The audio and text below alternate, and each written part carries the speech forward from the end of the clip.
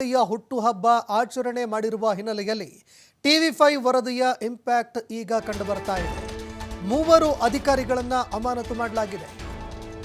ಓರ್ವ ದಲ್ಲಾಳಿ ಏನಿದ್ದಾನೆ ಆತನ ಹುಟ್ಟುಹಬ್ಬ ಸರ್ಕಾರಿ ಕಚೇರಿಯಲ್ಲಿ ಆಚರಣೆ ಮಾಡಿಕೊಂಡಿದ್ದಾರೆ. ಇದಕ್ಕೆ ಸಾರ್ವಜನಿಕರು ತೀವ್ರ ಆಕ್ರೋಶ ಹೊರಹಾಕ್ತಾ ಇದ್ರು. ಟಿವಿ5 ಕನ್ನಡ ಇದಕ್ಕೆ ಸಂಬಂಧಪಟ್ಟಂತೆ ವರದಿ ಬಿತ್ತರ ಮಾಡಿತ್ತು.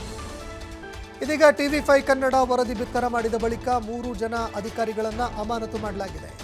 ಸಕಲೇಶಪುರ ಪ್ರಾದೇಶಿಕ ಸಾರಿಗೆ ಇಲಾಖೆಯಲ್ಲಿ ಆಚರಣೆ ನಡೆದಿತ್ತು. ಹುಟ್ಟುಹಬ್ಬವನ್ನು ಸಂಭ್ರಮವಾಗಿ ವಿಜೃಂಭಣೆಯಿಂದ ಆಚರಣೆ ಮಾಡಿದರು.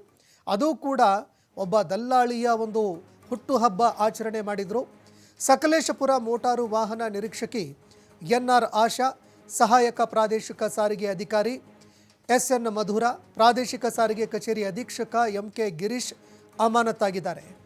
ಸಾರಿಗೆ ಇಲಾಖೆಯ ಶಿಸ್ತು ಪ್ರಾಧಿಕಾರ ಆಯುಕ್ತ ಯೋಗೇಶ್ ಅವರಿಂದ ಈ ಆದೇಶ ಹೊರಬಿದ್ದಿದೆ. ಜುಲೈ 11ಕ್ಕೆ ಸಕಲೇಶಪುರ ಪ್ರಾದೇಶಿಕ ಸಾರಿಗೆ ಕಚೇರಿಯಲ್ಲಿ ಹುಟ್ಟುಹಬ್ಬ ಆಚರಣೆ ಮಾಡಿಕೊಂಡಿದ್ರು. ದಲ್ಲಾಳಿಯೊಬ್ಬನ ಹುಟ್ಟುಹಬ್ಬದಲ್ಲಿ 3 ಅಧಿಕಾರಿಗಳು ಭಾಗಿಯಾಗಿದ್ದರು.